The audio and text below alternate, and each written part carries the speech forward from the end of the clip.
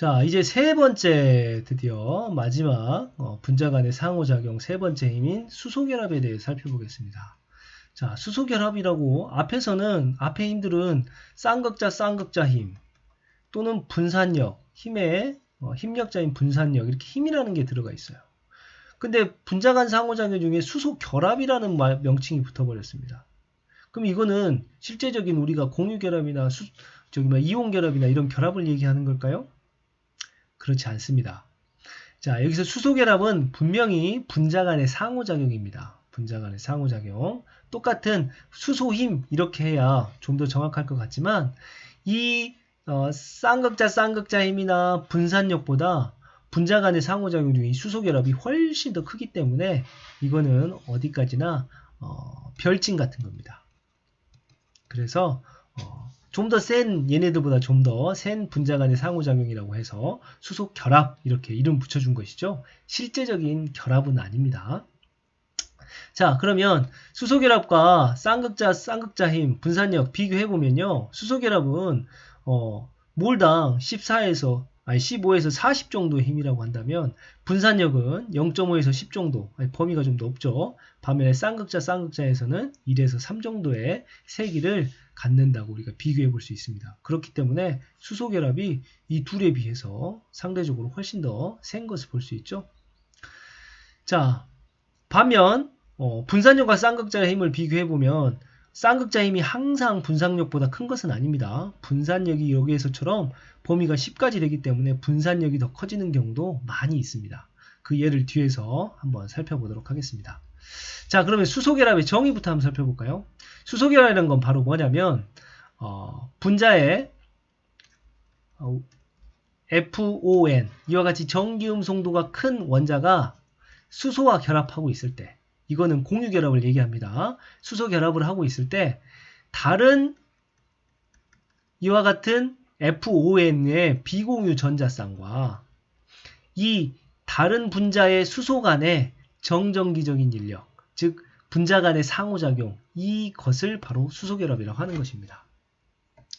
자, 그림으로 보면 자, FON 중에 물을 한번 HF부터 한번 볼까요? 자, HF 보면 F가 비공유 전자쌍을 이렇게 충분히 가지고 있습니다. 그리고 이 여기에 있는 수소는 이렇게 공유결합을 하고 있는데 이 전자쌍을 거의 플루오린에게 거의 다 뺏겨버렸어요. 그래서 얘는 어떻게 된 상태냐? 거의 여기만 이렇게 확대해서 보면 얘는 거의 전자 하나도 없고 플루오린이 그냥 다 전자 먹어버린 거나 비슷한 형태로 그림이 그려져 있어요. 이 양성자 다 뺏겨 대머리 돼버린 거나 마찬가지입니다. 자, 그때 이 옆에 있는 비공유 전자쌍을 또 다른 수소로부터 충분히 뺏어와가지고 넉넉하게 가지고 있는 이 녀석이 비공유 전자쌍과 이 전자가 마이너스이기 때문에 이때 상대적인 델타 플러스와 이렇게 정전기적인 인력이 작용하는 것이죠. 그래서 형성된 게 바로 수소결합인 것입니다. 물 분자도 마찬가지입니다. 여기에 있는 비공유 전자쌍과 델타 마이너스이기 때문에 여기에 있는 수소 원자 간에 이와 같이 정전기적인 인력, 그걸 수소결합이라고 합니다. 질소도 마찬가지겠죠. 비공유 전자쌍이 있고요. 다른 이와 같은 수소와 수소결합하는 거죠. 지금 선생님이 수소결합을 점선으로 지금 계속 나타내고 있어요. 자, 공유결합은 우리가 선으로 나타냅니다. 방금 그린 것처럼. 하지만 수소결합은 실제적인 결합은 아니지만 다른 분자 간의 인력보다 훨씬 더 크기 때문에 이와 같이 점선으로 많이 나타내 줍니다. 점선으로요. 수소결합을 표시해 준다 라고 여러분들이 생각하시면 되겠어요. 자, 수소결합의 정의 이해되셨나요? 자, 다시 한번 정리하겠습니다. 수소결합이란 것은 FON 이 원자가 수소와 결합되어 있을 때 그 수소와 다른 분자에 있는 플루오린과 또는 FON과 이와 같이 정전기적인 상호작용, 이것을 바로 수소결합이라고 한다고 했습니다. 여기가 아닙니다. 바로 여기입니다. 다른 분자들 간에 이와 같이 나타내는 것입니다. 자, 그 다음에 그러면 H2O와 H2S를 잠깐 비교해 보겠습니다.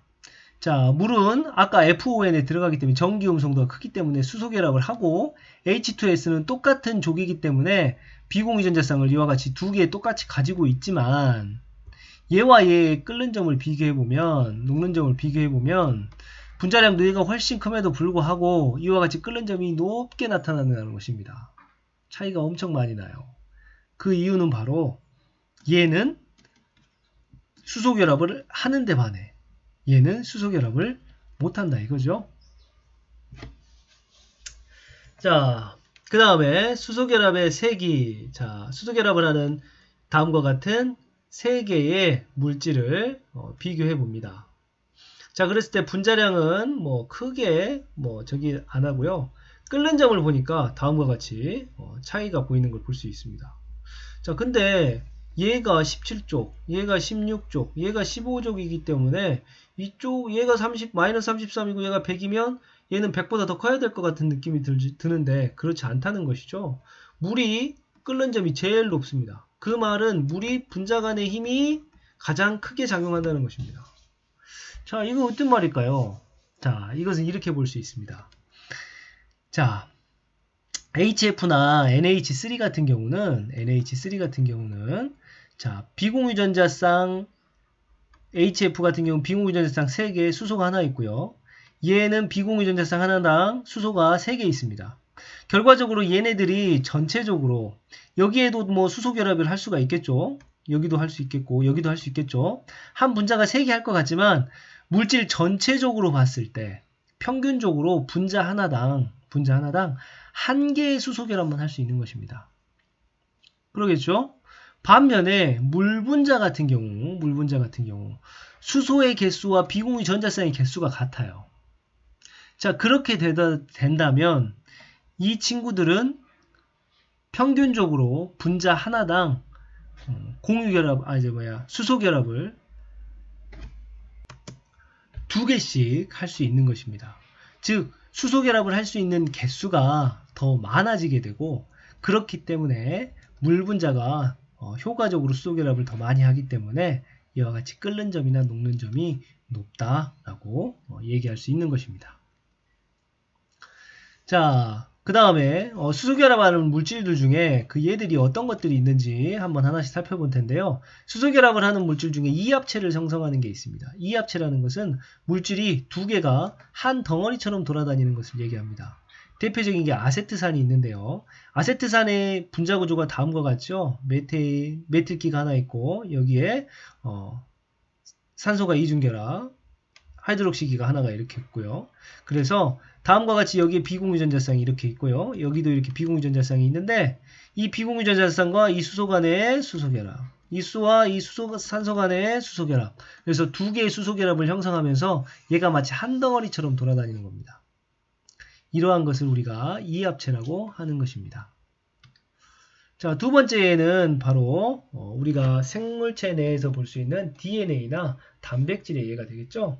자, 이 DNA는 이중 나선 구조가 있습니다. DNA 구조는 인과 당, 염기, 인당염이 이와 같이 반복적인 구조로 나와 있는데, 자, 이 당 옆에 우리가 잘 알고 있는 여러분들 염기들이 이와 같이 있죠. 4가지 염기. 아데닌, 티민, 구아닌, 사이토신 이런 것들이 있는데 아데닌과 티민이 다음과 같이 그 분자 내에 있는 수소와 티민에 있는 산소 간의 수소결합, 여기에서 질소와 수소 간의 수소결합이 가능하고요. 구아닌과 사이토신 같은 경우도 3개의 수소결합을 할 수 있습니다. 그래서 이 이중 나선 구조 사이를 전부 다 수소결합들이 이와 같이 연결해서 이중 나선 구조를 유지할 수 있는 것이죠. 이 DNA 복제가 일어날 때 이제 이 수소결합이 끊어지면서 이 가닥이 풀리게 되고 이 한 가닥이 하나의 또 복제품들을 하나씩 만들어내죠. 그래서 DNA 양을 복제하는 일이 나타나는 것입니다. 자, 단백질도 마찬가지로 우리가 잘 알고 있는 단백질의 기본 구조 뭐죠? 아미노산 있죠? 그 아미노산들의 중에 산소와 수소가 이와 같이 수소결합을 분자 내에서 이렇게 하면서 이와 같이 나선 구조를 이루게 되면서 3차원적인 구조를 가지게 되더라. 자, 그런 예들이 있겠습니다.